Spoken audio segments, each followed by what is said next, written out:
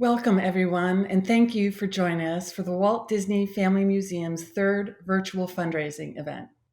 I'm Kirsten Komorowski, Executive Director of the Walt Disney Family Museum, and tonight we've come together to not only celebrate what would have been Walt's 120th birthday, but to pay tribute to the achievements and work of our very special guest, internationally acclaimed lyricist, EGOT recipient, and Disney legend Sir Tim Rice.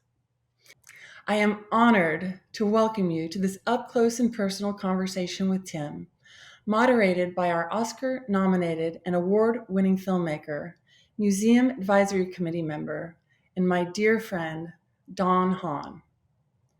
We'll hear some wonderful stories and memories from both Tim and Don as they discuss the beginnings of Tim's inspiring career, his illustrious partnership with Andrew Lloyd Weber, and their personal experiences collaborating on such classic Disney films as The Lion King and Beauty and the Beast. I wish to extend my sincere gratitude to you, our audience, for taking the time to join us and support our fundraising efforts this evening. I would also like to acknowledge tonight's lead event sponsors, the Walt Disney Company and Charles Schwab, for your incredible generosity. Many of you have now tuned into all three of our virtual fundraisers since they began during our pandemic-related closure last year. Your support of our museum and educational initiatives has been invaluable and has helped us to bring positivity and imagination to our museum community around the world.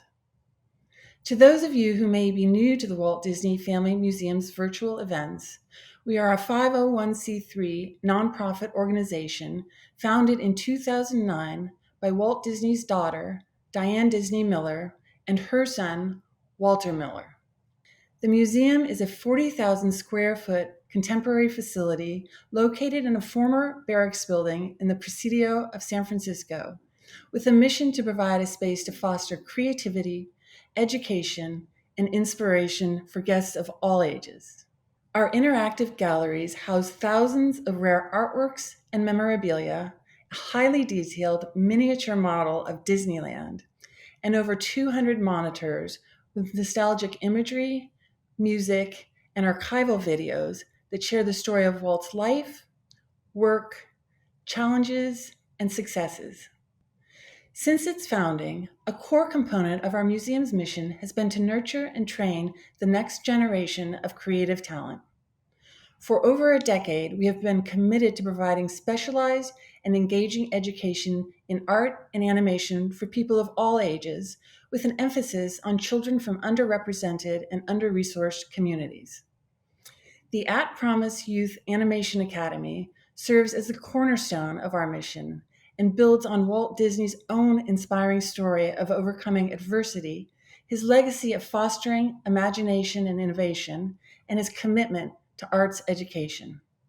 The Academy provides comprehensive training in art, animation, storytelling, and other disciplines relevant to the animation and film industry, all in a nurturing educational environment as part of a unique program for young people. Students not only learn skills that can set them on a career path in a creative industry, but they also learn the importance of perseverance, problem solving, and collaboration. By providing young people with training in arts and animation, the Academy strives to diversify the voices in the animation and film industries. And as part of this effort, I'm delighted to share an exciting update on the Academy. The Animation Certificate Program for At Promise Youth in the Bay Area, in partnership with Eastside College Preparatory School, a 501c3 nonprofit and independent school committed to opening doors for students historically underrepresented in higher education. As a pillar of the East Palo Alto community, Eastside serves students who are primarily Latino, Black, and Pacific Islander, providing tuition-free education to all students. Starting this year, the museum is providing a year-long, 6-hour per week college prep animation intensive to a group of East Side students at no cost to them, with a focus on the core principles of animation, including drawing fundamentals, character and background design, storytelling, and other relevant disciplines.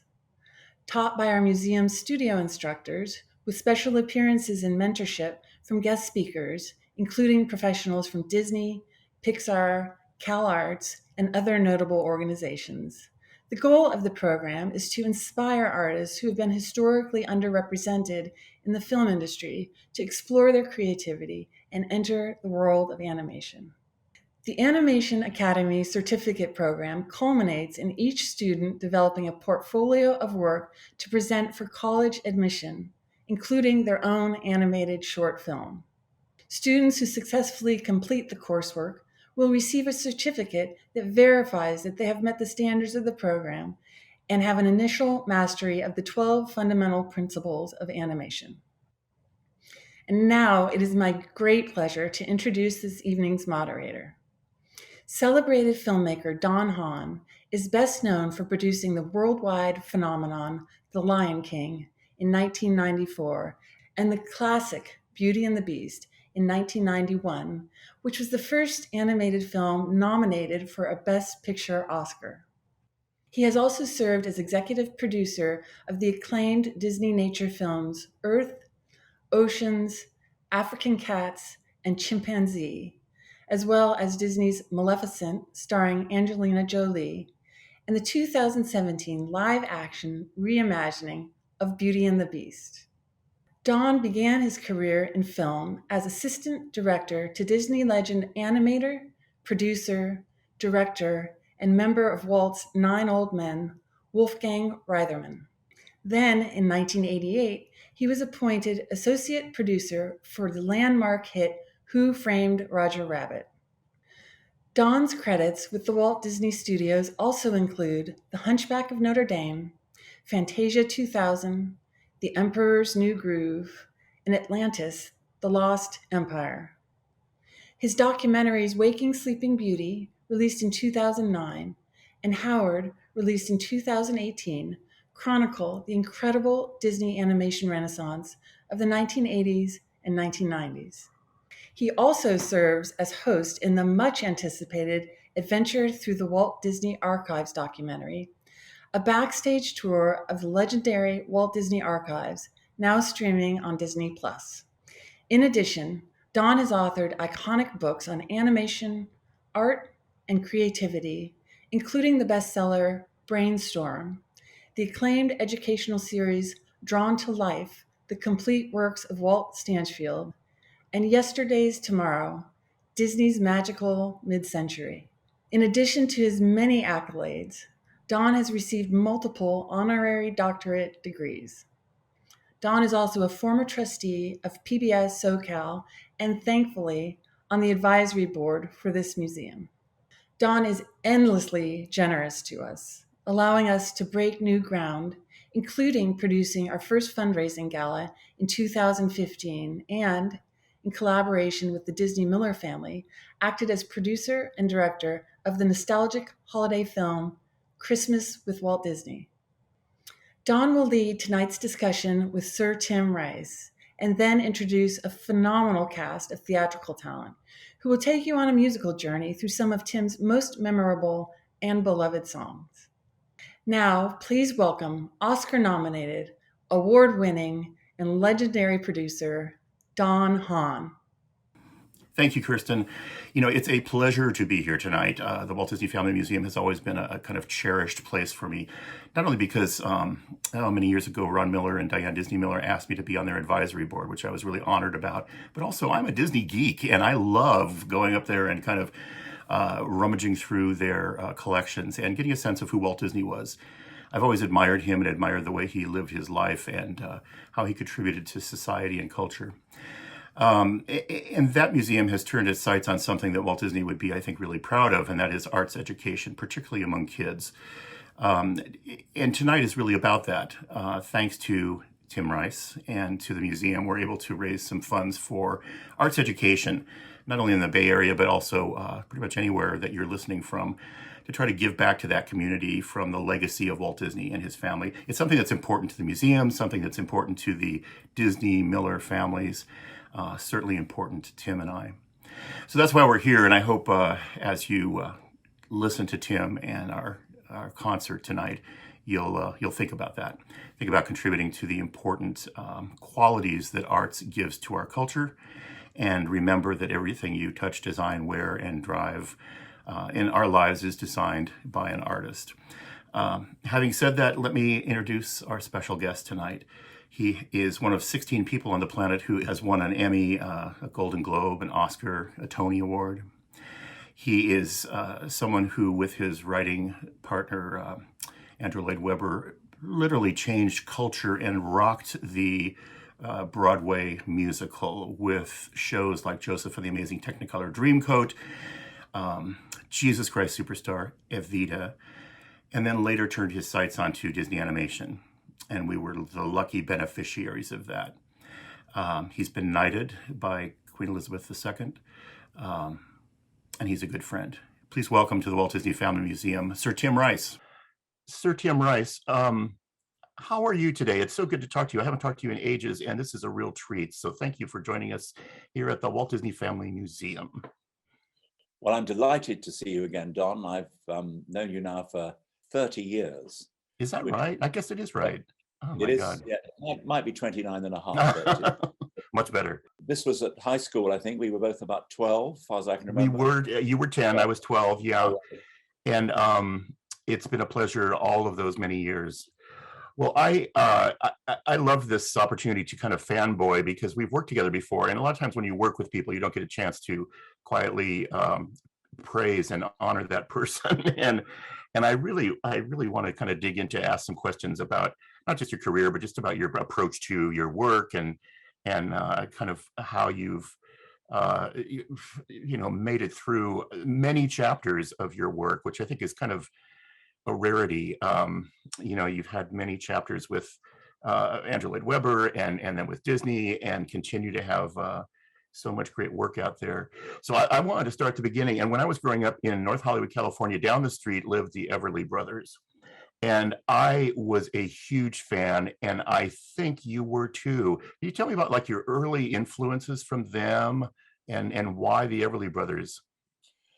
Well, I don't know. I was very young and I just loved the sound. And you must appreciate that when I was growing up, when I was 10 or 11, nobody I knew of my age had ever been anywhere near America. And pop music from America was like something from another planet. And the Everly Brothers and Elvis Presley and Eddie Cochran and Chuck Berry, these people seemed wonderfully exciting and unreal. And they also made fabulous music, and they nearly all had a lot of hits in Great Britain. And I just happened to find that Don and Phil meant as much to me as anybody. Elvis, of course, was the king. This is way pre-Beatles.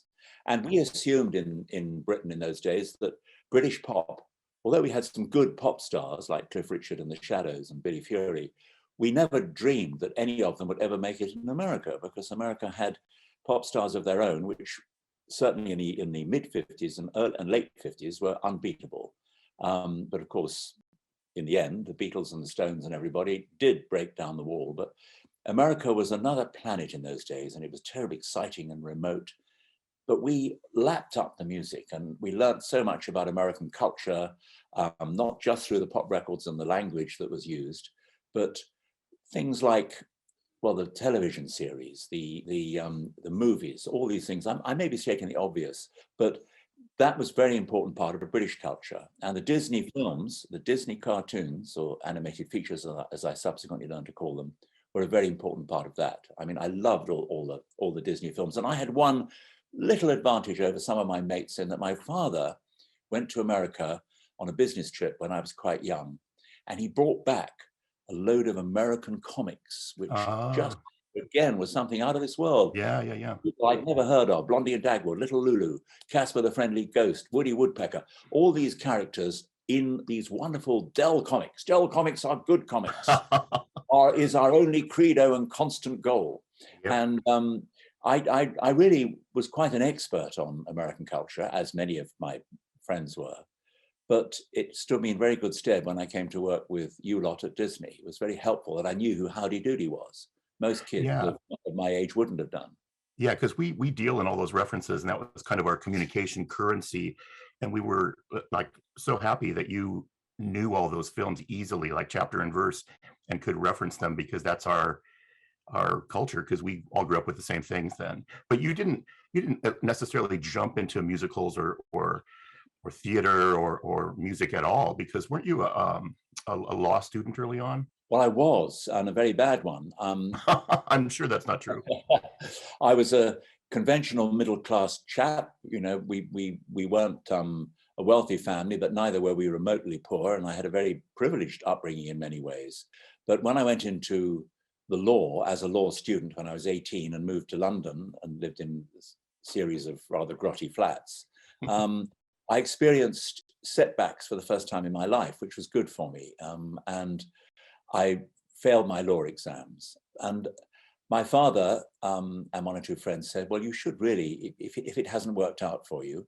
And I was doing it really because I thought I should do something respectable. And even though I still had this obsession with popular music, which by then was beginning to break through, British pop music was breaking through in 63-4 in a big way around the world.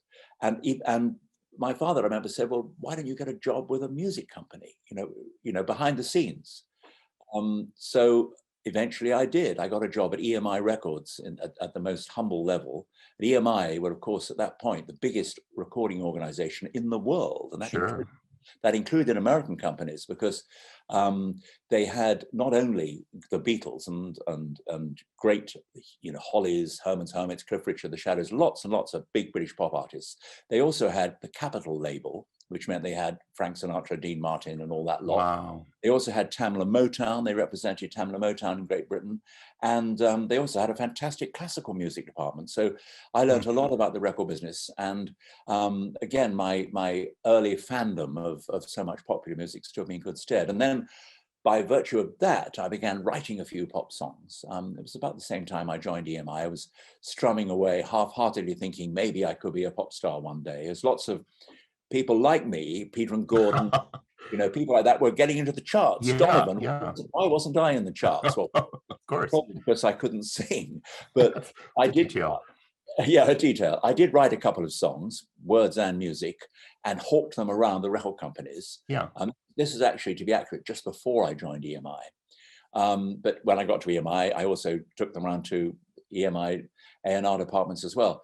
But no one really wanted my voice on these songs, but one of the songs got recorded. And that in turn led me to meet other struggling songwriters. And one of them was a chap called Andrew Lloyd Weber. Yeah, he had not done anything at all, right? No, I mean, he was only 17, I was 20. And he was different from other boys in the fact that he wanted to write much more for the theatre. I mean, he knew all about, we were both fanatical about the Everly Brothers and Roy Orbison. I forgot to mention him. Oh, yeah. Oh, my God. Del Shannon, I must stop. Dion, no, that's enough. No, they're all great. And for the younger people in our audience, get on Google and we'll go listen to these people. Oh, my God, they're fantastic. Anyway, Andrew and I decided, well, he had this burning ambition to write for the theatre. He wanted to be Richard Rodgers. I vaguely at one time wanted to be Mick Jagger, but that hadn't worked. He'd written about 5 musicals when he was at school, when he was 16. And when I first met him, I'd heard about him. He was, thanks to my little pop record. And I wrote to him and he said, come round and let's have a chat. And he sat down at the piano and played about 5 or 6 songs from one of his shows. And I thought, wow, this guy's good. And I didn't know that much about the theatre. I knew the songs, but I was such a record fanatic, such a vinyl junkie, that my parents' record collection, which was a lot of shows, everything from Gilbert and Sullivan, West Side Story, My Fair Lady, Oklahoma, all that, I knew all the albums pretty well, but I hadn't seen the shows. And I didn't, in a funny way, didn't really need to. I just loved the records. And but Andrew said, well, do you know much about theatre? And I said, yes. and he said, well, I've written this musical on the life of Dr. Bernardo, who was a Victorian philanthropist. And I need someone to write the words, because the chap who's written the words so far doesn't want to go on doing it. He's going to do something insane, like become a doctor. And I want to be a theatre writer. I want to be Richard Rodgers. And I think, what I've heard of your work, which is like one song. And I wrote quite quickly lyrics to his score for The Likes of Us, which was this Dr. Bernardo musical. And some of the words were quite good. The funny ones were okay. The tunes were very good, I thought. But it was a little bit, looking back on it, it was very much a lift in style, not in melody or plot, but in style and atmosphere and setting in Victorian London. It was very much a lift of Lionel Bart's Oliver. And it wasn't as good as Oliver. Oliver was a wonderful show. Yeah. But that, we thought, we got ourselves an agent. We felt we were on the way. And the agent said, yes, I think this will be on Broadway by 1966. It's pretty good. And we got £100 each, which was, for me, wow. I mean, that was probably like 1,000 today. Yes. Or maybe more. And as a result of that, we made a demo record of the show, a 12-inch album. And that was hawked around by our agent. And that didn't get anywhere, but a schoolmaster heard it. And he said, while you're waiting to hit Broadway, which of course you're going to do, he said, why don't you write a thing for my school kids? And we thought, well, this is a bit of a come down, but at least we'll see our work performed. And what we wrote turned out to be Joseph and the Amazing Technicolor Dreamcoat. Amazing. And that slowly led to everything else. It certainly did. I mean, when I was a younger man, I taught music at a all-boys Catholic school. And one of the first things we did, and I directed it, was Joseph and the Amazing Technicolor Dreamcoat. Oh, thank you. And did you pay a royalty for that, Don? I'm going to say yes. We many dollars.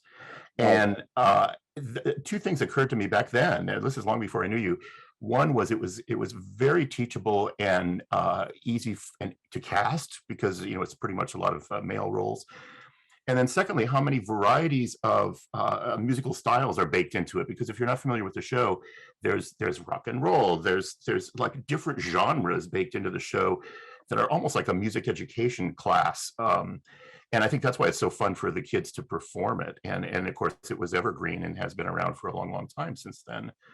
Well, Don, it's 51 years as I speak. Is that right? Wow. When we wrote Joseph. And what we were trying to do in both departments, music and lyrics, was to make it funny. But not always just nonstop wisecracks. But I remembered from we were aiming it at that point where we weren't aiming it at them, but we were writing it for them. And there was a difference. We were writing for a school class aged 8, 9, 10. But we didn't want to talk down to them and make it silly. We wanted to tell the true story. And it worked. Kids just loved it. And we realized that by mistake, we were onto something. We'd found, ironically, through something that had lots of styles, we'd found our own style. And in the end, that Joseph led us on to everything and enabled me in the end, ironically, to leave EMI, because we had an offer on the strength of our recording of Joseph. With the school, we had an offer of proper management, and they gave us a salary which was the equivalent of my EMI pay, which still wasn't massive. It was like something like £2,000 a year, but that enabled us to devote the next 2 or 3 years to writing and seeing if we could make it. And Joseph was kind of the beginning of an introduction to your source material, the Bible, which became and led to Jesus Christ Superstar. And I think in my life anyway, it's hard to overstate the importance of that show in terms of not only musically, but culturally. Well, 1971 was a fantastic year for us. We spent most of it in America, obviously. I remember back in England, meeting 1 or 2 people over there back home, friends of my mother. I remember once a person saying, "What do you do, dear?" And I said, "Well, I'm writing some songs." I said, "Wouldn't it be lovely if you were able to make a living out of that?" and we were #1 in the States. Yes, you were. And in many other countries as well. I mean, it was a huge hit, much bigger hit everywhere in Europe than it was. Germany, yeah, South Africa, Holland, so many places. Australia. And in the end, of course, it came to England, but came to Britain really as a show. I mean, the record had sold a few, obviously, in 1971 and then in 72. But after Broadway, we didn't go straight to London. We went to Denmark, we went to Sweden, we went to Australia, just because they were the places where the record had been a big hit. It went to France before we went to London. And when we came to London, that was a great show. I have to say, it was actually easily the best show we'd had of Superstar up to that point, and indeed probably ever. And it ran there for a record-breaking time, whereas Broadway, it was a hit, but it wasn't a mega hit. In London, we'd learnt from all the other productions, and it was a big success. And Superstar in London is not thought of so much as a great album, well, the original album anyway. It's thought of as a great show. Yes. Whereas in America, a number of people of your generation who came up to me, you still do, and say, gee, when I was at school or high school or at college, that was the album I remember. Yeah. And that doesn't happen. I mean, people in England now, when I'm doing interviews, like talking to people 50 years on, most of the people interviewed have no idea that the album came first. And there are so many albums of Superstar out now, that they might have the cast album or new cast album or whatever. Yeah. It was so successful that way. And I remember playing that music, and I was in high school, and all of our orchestras and bands and everything else, it was everywhere, and happily so, because it was number one on the radio all the time. It's all you heard. That led to, I think, a really unconventional idea for a musical, and that was Evita. And how did you even know about Eva Perón, and had you spent a lot of time in Argentina? Like, how did you pick that up and come up with that? I was actually a stamp collector in my childhood, and Eva Perón was on the Argentine stamp. And I'd also did remember reading about her. I mean, I was a bit of a newspaper junkie when I was 8 or 9, and I didn't know much about her, but I did know that she was glamorous, she was Argentine, and she was dead. Then I had to convince Andrew it was a good idea. Anyway, Andrew said, right, Eva Perón. And musically, that must have tapped into so many great kind of inspirations and sounds and things, just to be able to tap into South America, which you guys did. Well, I think Andrew's score for Evita is as good as Superstar. It's a fantastic score. It is. And all of this kind of leads to Evita once again. And I think that's how we met, is you were starting to develop Evita as a film with an actress called Madonna. I don't know if you've heard of her, but right. That was a big deal. It was rumored for a long time. It was a top priority for Jeffrey Katzenberg and Michael Eisner and the people at the studio. We wanted to be in business with Madonna, and that led you to Disney. And I think while you were kind of marking time on trying to get that film going, sadly, Howard Ashman passes away, and we were working on Aladdin. So that kind of transition into, I mean, literally, pun intended, a whole new world, kind of away from theater into animation, happened during that time. Can you talk about that transition a little bit? Yeah, I mean, the chess experience, particularly Broadway, was a little bit depressing. And I kept my hand in. I translated a French musical, which had some lovely songs, but that was it. Nice album. And as you say so rightly, while Disney were beginning to get involved with Evita, I met some of the key people at Disney, and including you, of course. And I was dropping leaden hints all the time. Well, I'd really like to, I would love to write for film. I hadn't done much of that. I did do one Bond song, but I hadn't done a lot of writing for film. And I was very lucky in that the Lion King was something that, well, I was lucky because Disney animation was going through a new golden era, thanks largely to people like you. And Beauty and the Beast, which was one of your greatest triumphs, had just been actually nominated for an Oscar as best film, unheard of for a cartoon. Sorry, animated feature. Yeah, thank you for that. And I love Beauty. I love Mermaid, and I loved, the Aristocats. I mean, I was a great fan of Disney, but there was no, without being rude, there's no doubt that until Little Mermaid, the animated feature division was slightly below its brilliant best.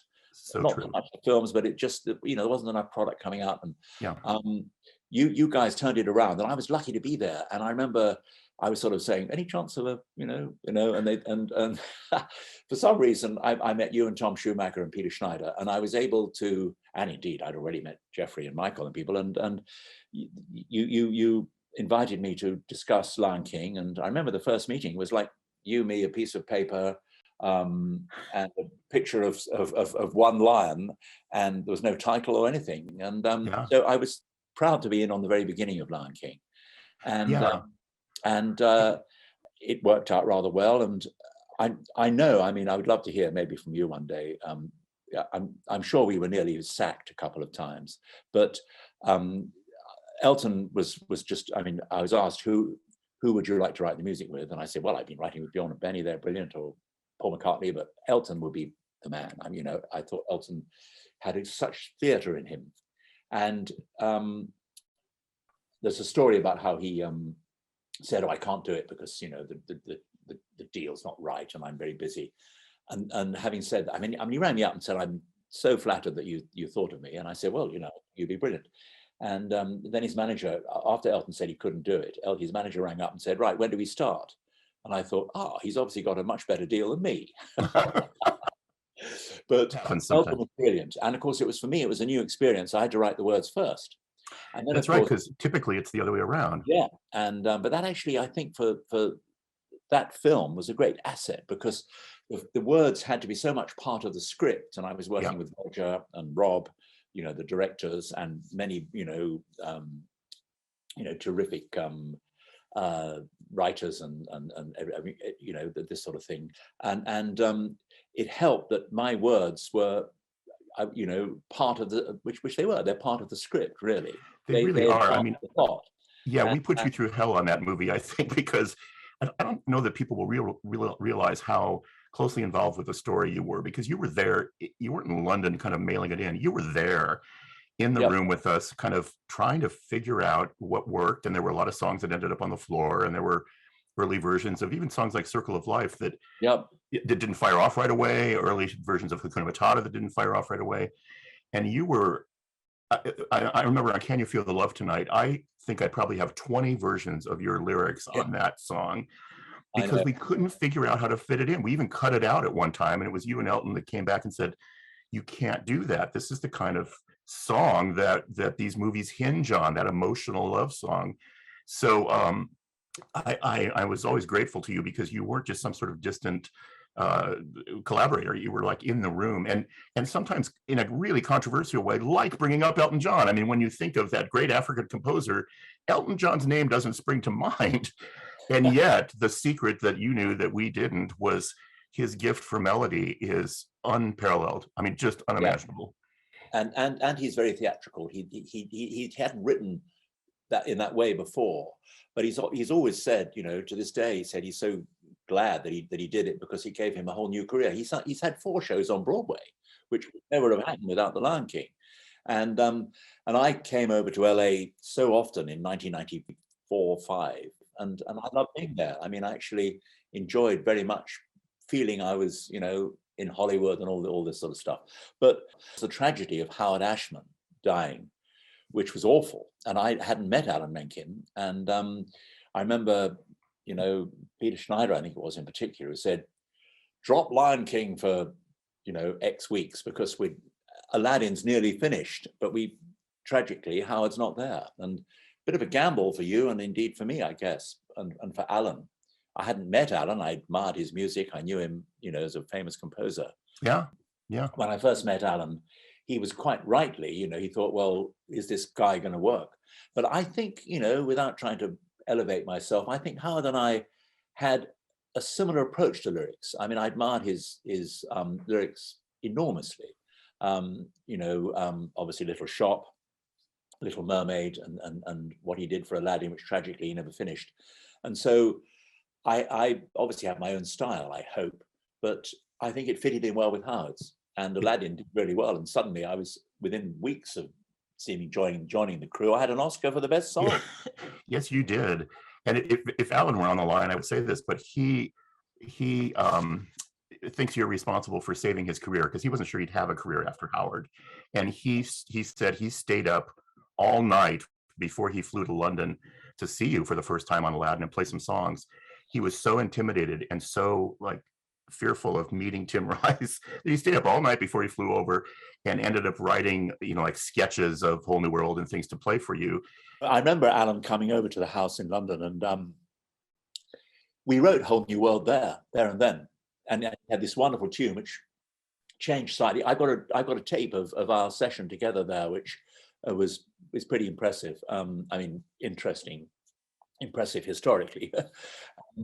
And I remain a huge fan of his, and we've done a lot together since, as you know. And I think Whole New World was one of my lucky breaks. I'd never had a #1 single in America. I don't think Disney had either. And it was just to win an Oscar and it got all that stuff. I thought, this is unbelievable. And it was great because after the problems I'd had with theatre, it was like a second coming for me. Yeah. And a little like Howard Ashman, he felt like theater was going through a big transition and he wanted to get out of there. And luckily both of you ended up with us, which we were very lucky for. And Elton was a little bit in a rut, and I think you rightly so kind of saved him from all that and brought him into work. And you also did a lot of selling on Lion King. I mean, to your credit, you would have to come in and like perform, be prepared for us, or with full arrangements and things so that we could understand where you guys were going, because it was so different than what we had done before. And so your salesmanship was incredible, I think, because we're a bunch of cartoon guys in Los Angeles, and to be able to have you come in and say, no, be prepared as kind of this anthem, and to be able to trust Hans Zimmer to be able to orchestrate those pieces into this amazing material was, I think, a lot of your fearlessness on that movie. I want to touch for a second on Hans Zimmer because all of us, when we went over to Hans's studio and heard, and he had done Backdraft and Thelma and Louise and Driving Miss Daisy, but he wasn't the kind of rock superstar he is now. But when you heard him take a song like Be Prepared or Circle of Life and turn that into an anthem, that was just the icing on the cake. And he was intimidated by Elton, but Elton wasn't ever a problem with Hans. He was thrilled, I think, with the arrangements. Is that how you saw it? He really was. And I think he was thrilled that his music was going out, through a new format, which even he hadn't really ventured into before. I mean, Hans did a wonderful job. I mean, I used to love sitting in the studio with Hans, listening to him and Lebo, and turning all these great basic melodies into something that really fitted the film. And it was a very happy time for me. I just enjoyed doing it. And again, I didn't expect the film to be, a bit like Superstar. I mean, I knew it was good, and I knew we'd done our best. And I knew it would probably do quite well because of Disney's wonderful track record at that point. But I didn't think it would be that big. I mean, no, it was none of us did. Massive. I mean, it was bigger than Aladdin and even Beauty, the movie. I mean, it was just fantastic. Yeah, and still is. I mean, it's someone said it was the #1 entertainment property ever in terms of its ability to have legs on Broadway, the live action remake, which is very fashionable these days, and it's still playing, tonight on 8 stages around the world. So the longevity of that film has, I think, surprised us all. And another Oscar for Can You Feel the Love Tonight, the song we almost cut out. Yes. I mean, it was extraordinary. And I sort of feel that, there have been so many iterations of Lion King, and of course, Julie Taymor's brilliant stage version is just remarkable. But for me, I always look back to that original 90-minute cartoon animated feature. Thank you. It just reminds me of a happy time working with nice people, and there were ups and downs and times when we thought that's not working. What are we going to do, etc., etc. But every time I see a clip of the film, or indeed the whole film, if one of the grandchildren wants to see it, I think, it was a good film. It really holds up. And like you, I have really good memories, and you were very patient with us for putting you through the ringer and on the story. I didn't know half the time. I mean, it's interesting. You mentioned Be Prepared. I remember I was thinking, I've got to sell this song because I don't think, that necessarily I'm certainly not you, but I mean, I think there are some people here, I'm not quite sure which ones, who don't think this is going to work. And by extension, Elton and Tim are not going to work. So I sort of felt I was, times in the early days, once, we were cruising, we were never cruising, but once we were getting into the last few months of the project, I felt, well, we're on board. They can't get rid of us now. Yes. It's true. And it turned out okay, I think. Well, I want to hit a little bit on the Broadway side of it. We talked about it with Lion King, but you came back and started another chapter of life with working on the Beauty and the Beast stage show, the Beauty and the Beast live action remake, songs like Evermore that you've written for that. I mean, that those remakes are an odd experience for me, and I'm really a fan of some of them. I really feel like they're great. It's commerce, and they're beautifully done and well marketed and things. So I have nothing against them. But what keeps them fresh is putting a lot of your songs back into them, and that must feel really unusual for you to visit not only Beauty and the Beast, which you didn't work on originally, but to go back into Lion King and some of these shows. And Beauty's opening up again. I think it's open in Liverpool and Edinburgh. Well, And funny you should say that. Last night, as I speak, I was in Liverpool watching the new Beauty. really, Great. You went down an absolute storm. oh, great, And, great.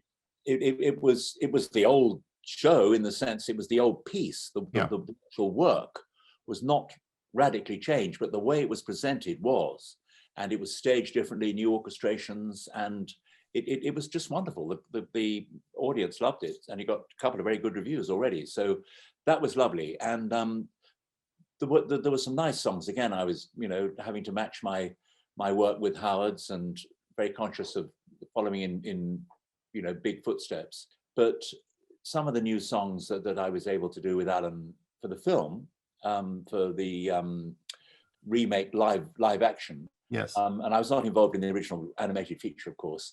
I enjoyed writing those songs. I can't quite say that I was 100% the happiest bunny in the world when I saw the Lion King remake. Not because the quality of the filmmaking was bad, but I thought that the opportunity to do something with the songs, both the established ones and new ones, was thrown away, I think. I always felt Hakuna Matata, and I even feel this, if I may be controversial, and you can always cut this out, but I always feel that Hakuna Matata was not made enough of, even in the show, because there are two verses, and which had been recorded. There was a verse for Meerkat and a verse for Warthog, Timon and Pumbaa, and in the movie, for totally legit reasons of time, there was only in the original movie, there was only the Warthog's verse, but that was fine, because Pumbaa he was a key character at that point, and Timon had many moments to come back in his own right. But after the gap between the movie and the show, Hakuna Matata sort of became quite a major part of the score. It wasn't an obvious early hit, but it grew and grew, and it's a very popular song. I would say some kids think it's their favorite song in the show. And I thought, well, both in the Julie Taymor show and in the remake of the film, they could have stuck the second verse in and turned it into something much bigger. Could have been a sort of big moment. Different. It was dead right. Don't get me wrong. It was dead right in the original film. But I think knowing what, in order to make a difference musically, I would have thought it would be nice to have done more with it. Ironically, the only song that got expanded in the remake was The Lion Sleeps Tonight, which was, was a wonderful song, but it's not. I know. The remakes are interesting because it's a different medium, because there's no caricature, and you're thankfully a very funny man and able to write lyrics like for Hakuna Matata that are, for the whole audience, just damn hilarious. So you can actually love that in animation, but when you get into more of a live action show, it's really hard to have that kind of cartoon fun with it. And so water under the bridge, but it is a song, Hakuna Matata, that's so popular. But anyway, I shall always, film wise, I'm always looking back to Lion King 1. As I am as well. It's amazing. Well, I am going to wrap us up here, and I have to say I haven't talked to you in a long time, and it is such a pleasure. And thank you for letting me fanboy around you a little bit. I think what I wanted to get across is how much you've written great songs, but also affected culture. And I think that's the sign of a form of success that a lot of people don't have. And the fact that you are one of 16 people that have an EGOT and have won a Tony and an Oscar and a Golden Globe and an Emmy is representative of the way you've affected culture. And yet you're humble about it and fun to work with. And I have to thank you for that, because you brought so much joy into so many people's lives. And as you said, playing tonight in Liverpool is Beauty and the Beast, and Aladdin's back at the New Amsterdam in New York, and Lion King's back at the Minskoff, and just about everywhere in around the world. So your lyrics ring on, and it's fascinating to me what you've been able to do. Well, you're very kind, Don. It's always a pleasure to see you and chat to you, and I only hope that before too long I'll be back in LA and, have a chance to, have a good relaxed chinwag. Yes, please. I've always enjoyed, I've made many friends in my years at Disney, and I'm still seeing many of them. So that for me is one of the big pluses of everything I've done with Disney over the last 20, 30 years. Yeah, well, you have a big fan club back here, and part of that is kind of the next portion of our show, because we brought together some of the great talents of Broadway and film to perform some of your songs, because just talking about music is like dancing about architecture. Isn't that the quote? So to be able to actually have these people come on who, when we said, we're talking to Tim, would you like to come in and sing some of his songs? They leapt at the chance. So we'll bring them on here to kind of close our time together. Well, I look forward to seeing who they are, and I'm sure they'll all be people I know and love, which is great. Yeah, I think so too. So let's bring them in, and I will thank you, Sir Tim. It's been just a pleasure. Thank you, Sir Don. When we announced that we were going to pay tribute to Tim Rice at the Walt Disney Family Museum, the phone rang off the hook with people wanting to be part of that tribute. So tonight, I'm really, really happy to introduce to you a group of artists and Broadway performers that are, bar none, the finest of our time. Here to perform the works of Tim Rice from his many songs and oratorios and Broadway musicals. First off, One Jump from Aladdin, performed by the guy who originated the role of Aladdin on Broadway. Here's Adam Jacobs. One jump ahead of the red line, one swing ahead of the sword. I steal only what I can afford, and that's everything. One jump ahead of the lawmen, that's all, that's no joke. These guys don't appreciate I'm broke. Street rat, Scoundrel, take that! just a little snack, guys. Rip 'em open, take it back, guys. I can take a hint, gotta face the facts. I could use a friend or two. True. Oh, it's out a lot, it's hit the bottom. He's become a one-man rise and grind. I'd blame parents, except he hasn't got them. Gotta eat to live, gotta steal to eat. Tell you all about it when I got the time. One jump ahead of the slow pokes, one skip ahead of my doom. Next time I'm gonna use a nom de plume. One jump ahead of the hitmen, one hit ahead of the flock. I think I'll take a stroll around the block. Stop, thief, vandal, outrage, scandal. Let's not be too hasty. Still, I think he's rather tasty. Gotta eat to live, gotta steal to eat. Otherwise we'd get along. Wrong. One jump ahead of the hoofbeats, one hop ahead of the hump, one trick ahead of disaster. They're quick, but I'm much faster. Here goes, better throw my hand in. Wish me happy landing. All I gotta do is, all I got to do is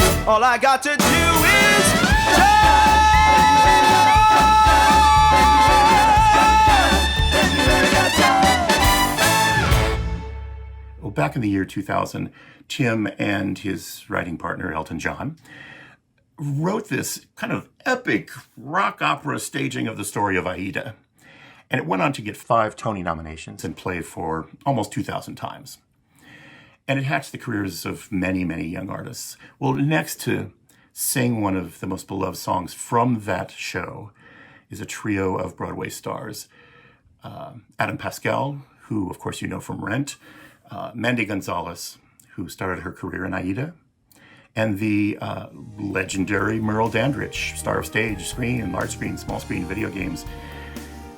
Merle, Mandy, and Adam, for your enjoyment tonight, A Step Too Far from Aida.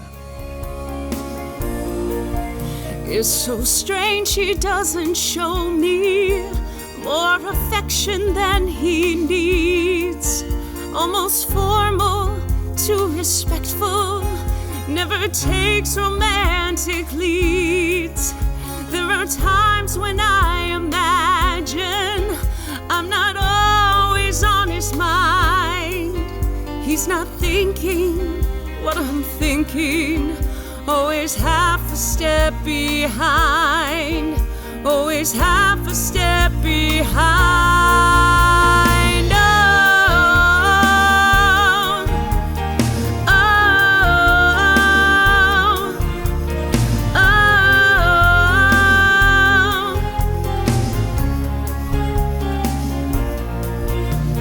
in every kind of trouble. Can't you tell? Just look at me. Half ecstatic, half dejected. All in all, I'm all at sea. Easy terms I thought I wanted fill me now with chilling dread. You could never know the chaos of a life turned on its head. Of a life turned on its head.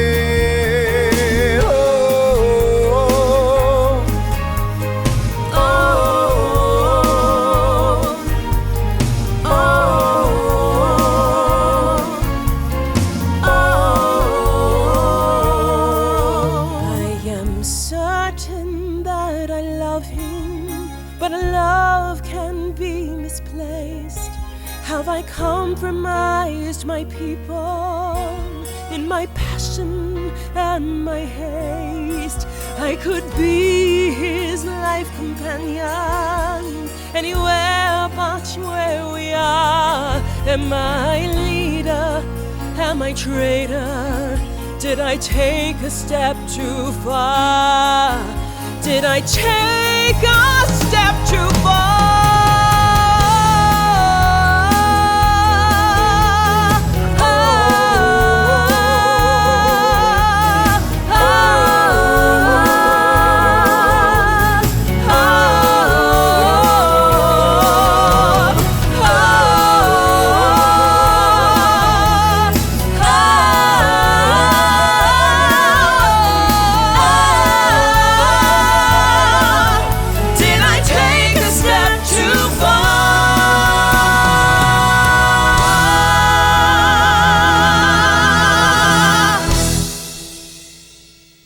To me, one of the coolest collaborations in Tim's career is when he worked with ABBA on the Cold War musical Chess.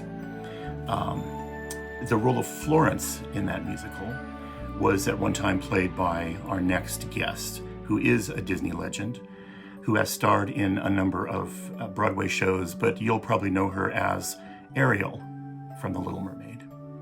Here singing Heaven Help My Heart from Chess, Jodi Benson. If it were love, I would give that love every second I had, and I do. Did I know where he'd lead me to? Did I plan doing all of this for the love of a man? Well, I let it happen anyhow, and what I'm feeling now has no easy explanation. Reason plays no part. Heaven help my heart.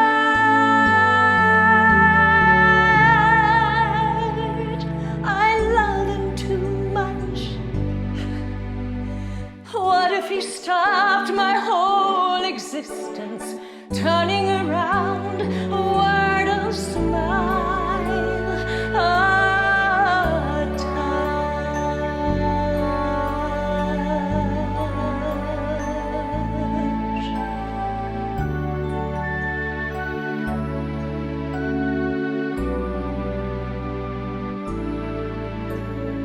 One of these days, and it won't be long, he'll know more about me than he should. All my dreams will be understood. No surprise, nothing more to learn from the look in my eyes. Though I know that time is not my friend, I'll fight it to the end, hoping to keep the best of moments when the passion starts. Heaven help my heart.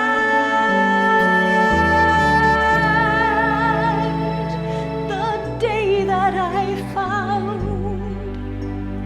suddenly I've run out of secrets. Suddenly I'm not always on his mind.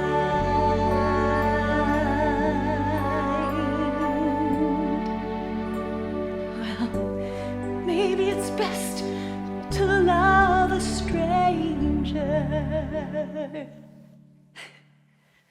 Well, that's what I've done. Heaven help my heart.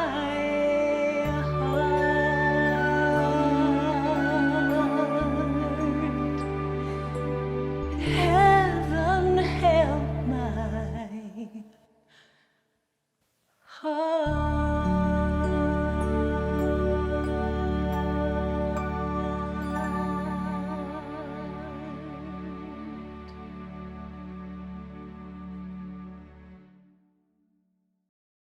Well, that, ladies and gentlemen, is our program for tonight. Thanks to all our performers, to the Walt Disney Family Museum for supporting education in the arts, and to the absolutely amazing Sir Tim Rice for being our guest with us tonight. Until next time, I'm Don Hahn saying Hakuna Matata.